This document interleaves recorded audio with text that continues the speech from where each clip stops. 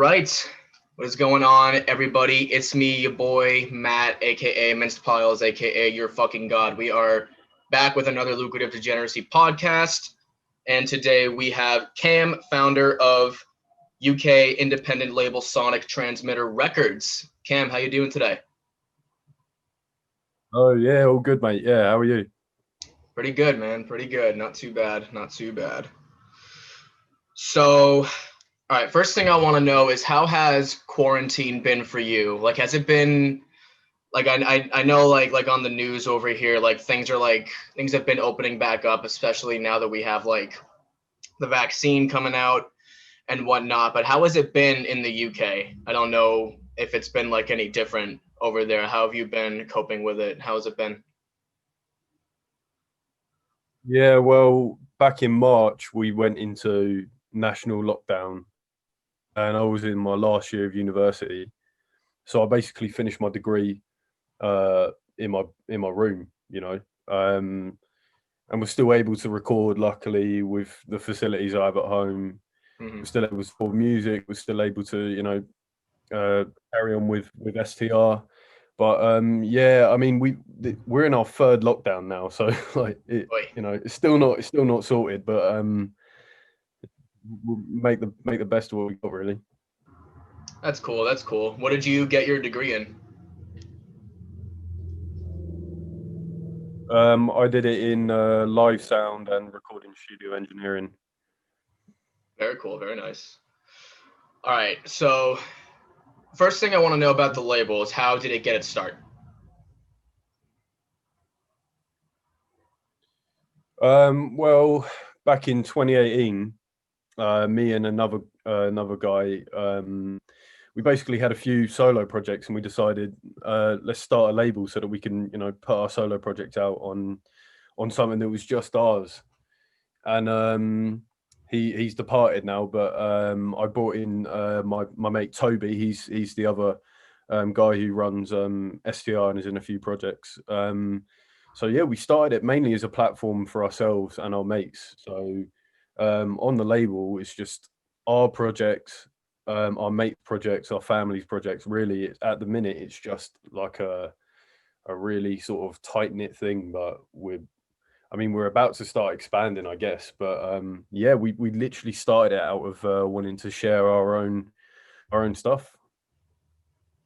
Very cool, very nice. So you said it's mainly for like friends, family, things like that. I guess like which kind of ties into my next question, which is like how do you actually go about getting bands on the label? Like I know you said like it's all like you're all kind of close with everybody on the label, but like do you reach out to them or did you start it and did they say, "Hey, can we like be part of this?" Or like how does it really come about getting bands on the label? It's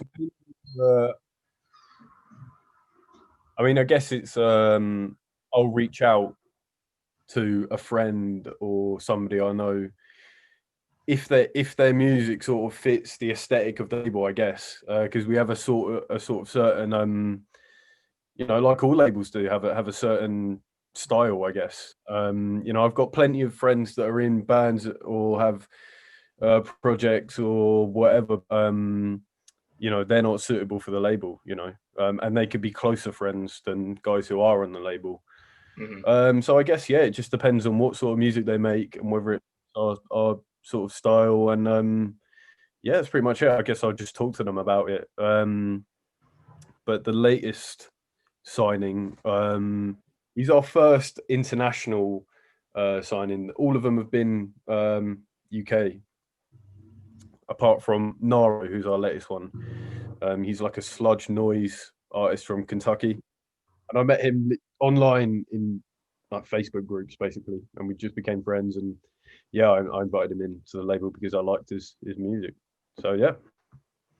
That's really cool. That last answer actually ties into another question that I had is, are all the bands that you have on the label from the UK? Or like, are you open to reaching out to bands Yeah, well, outside of your own country, which I guess you are, that's really cool. yeah, definitely. In the future, more so. Yeah. As this label's only been going for like 2 years. 2.5 years. So it's still in the early stages. And at the beginning, I'd say within the first year, we didn't really do anything to grow the label. We didn't want to grow it really. It was just you know, it was just a project of ours. But as time goes on, we do want to expand big time. But yeah, I mean, at first, I really liked the fact that it was just UK artists, and especially, around my area and people I knew. But yeah, of course, I'm open to anyone and from anywhere. As long as I like the music, yeah, it's going on. Nice, awesome. I actually want to talk about something you touched on earlier, was that like you try to bring on bands that fit your style and your aesthetic. What exactly is the style and the aesthetic of Sonic Transmitter Records? Well, I'm from a really sort of industrial area, and some areas are quite derelict and grimy and grim. So a lot of the time when we have our promo material, photos, flyers, whatever, it's all grim, industrial, brutalist imagery, because that's where we were raised. That's like my area. So I just think that sort of imagery is really oppressive and really eye catching. And at first glance, to some people, it could be considered an eyesore.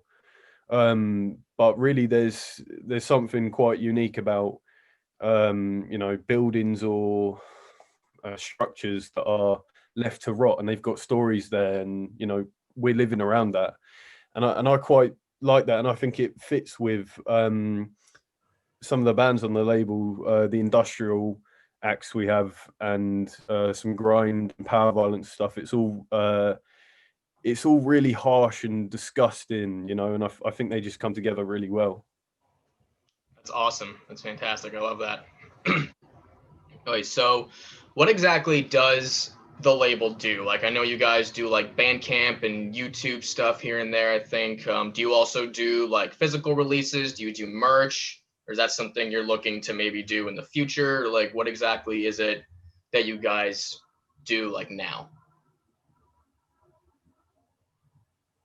Yeah, so at the minute now we're just preparing our first few physical runs.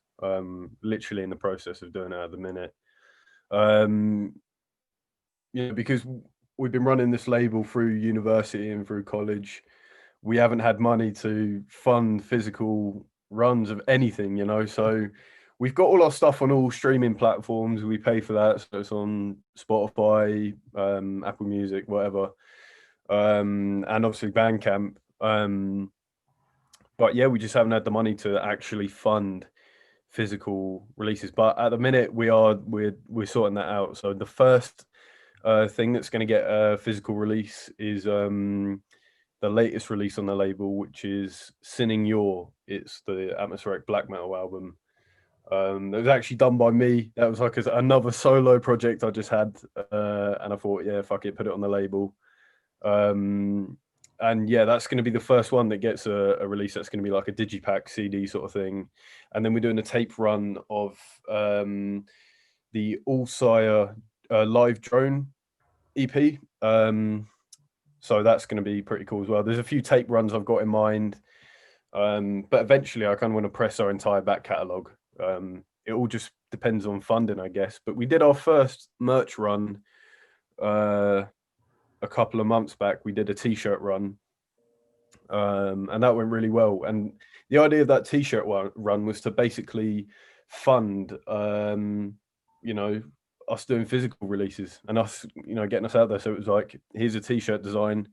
If you support the label and you like what we do, get a t-shirt, and then we can get some physical stuff going. So yeah, we've got some stuff coming out. Nice, very cool. So I actually want to talk more about Sinning Your in a minute, but excluding Sinning Your, who's your favorite band that you've signed so far? Um, that's a really tough question because I love them all and they're all my mates. So I've got to choose between my mates. One of my favorites is All Sire. That's Maxim. We met at college, and he does sort of like drone and sort of post black metal stuff he works on too. But his drone stuff, I just feel it's really heavy. It's really heavy. Not just sonically, but emotionally, I think it's quite moving.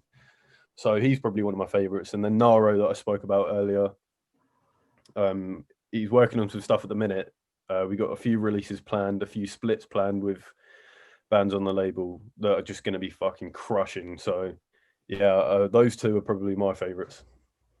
Very nice. So Sending Yours latest album that's out on all platforms. It's like atmospheric black metal. I actually had the pleasure of listening to it before it was released. So what was your main inspiration behind that album? Well, I literally sat down behind my computer. I had Logic open, and I was like, "Oh, you know what? I haven't written black metal in ages. Let's try and see where it goes." And I thought, black metal is something that could work on the label. We have a couple of we've got like a war metal, black metal sort of thing on the label already, and then another band that me and Toby are in. As well, another black metal band. But I thought this straight up, sort of one man atmospheric black metal. Let's try it. And at first, I just thought I was writing it. I don't know, just as a pastime. I was bored, and I thought, I'll chuck a couple of riffs on. And it actually started to come together, and it almost took over my life at one point. It was really like every second of the day I wanted to be working on it. I had ideas that I couldn't put down. Yeah, I mean, I guess it just came out of maybe something to do with the fact we've been in lockdown and I just had spare time, and it was consuming my spare time. So, you know, yeah, I guess that's where it came from, just out of pure boredom, being stuck inside, and I had a lot of things that happened in the past that maybe I hadn't expressed that yet. And normally when I write or release something, it's normally about something that's happened to me, and the lyrics are they'll reflect it, but in a really vague and cryptic way. And it's just an outlet, I guess. But the whole album itself is fully, it's an outlet of personal journey, I guess, of something that happened to me, and it's just, yeah. So yeah. Cool, man. That's awesome. Love it. It is. Thanks. So you've already kind of talked about some of the bands that are on the label. There's a very diverse range of music that you guys have on there. There's, like you said, black metal, power violence, drone, even some like ambient noise stuff. Like, is that intentional? Like, is that like sort of the music style that you guys are going for, or is that just like what your friends happen to make and you just kind of like built around that? I guess the whole thing about the label is extreme and experimental music. Anything that's boundary pushing, anything that's, even stuff that you might not consider music. I like that. I like experimentation, and I like people to experiment and make stuff that sounds absolutely horrible or stuff that sounds absolutely beautiful. I think they work well together, having that contrast. And yeah, I mean, like for example, Sending Your, there's moments on there that I think are really, really beautiful moments of music and are really tranquil.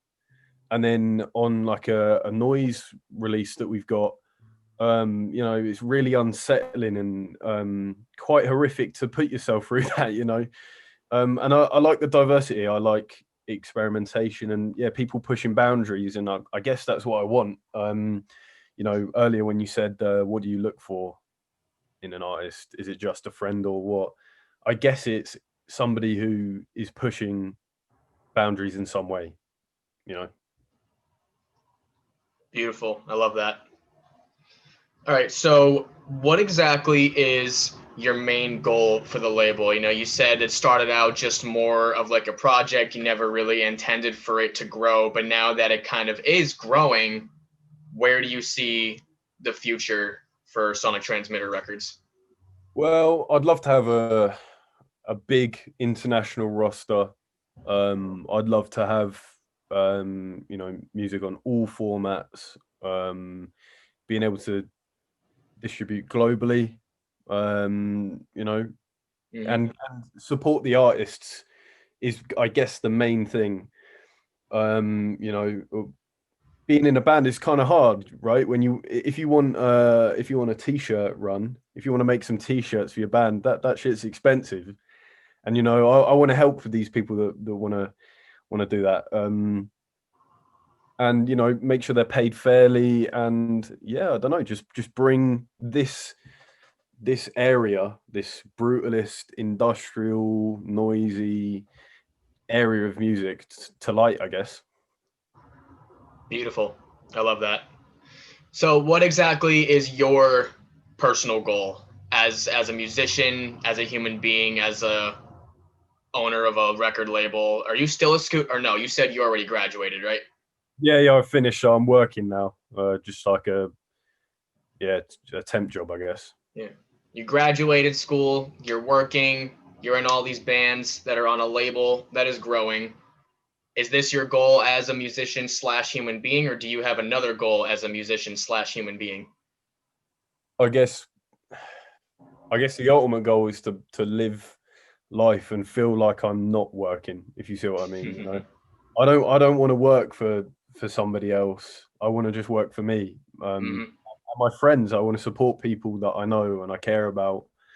But the ultimate goal is to not work, basically. Do something that I enjoy for my life. I don't want to waste my life doing a shitty job. I want to do something that's fucking cool and that's going to leave a mark, I guess. There's plenty of things I've thought about doing with my other mates, starting a studio, just anything really.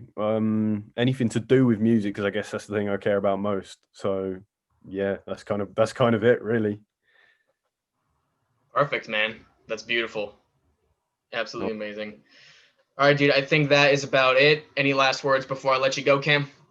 Uh, Not really. Just fucking stay safe and don't go insane in fucking COVID. Yeah. Stay safe, everybody. Don't go crazy. It's almost over. I think, maybe. Who Oh, knows?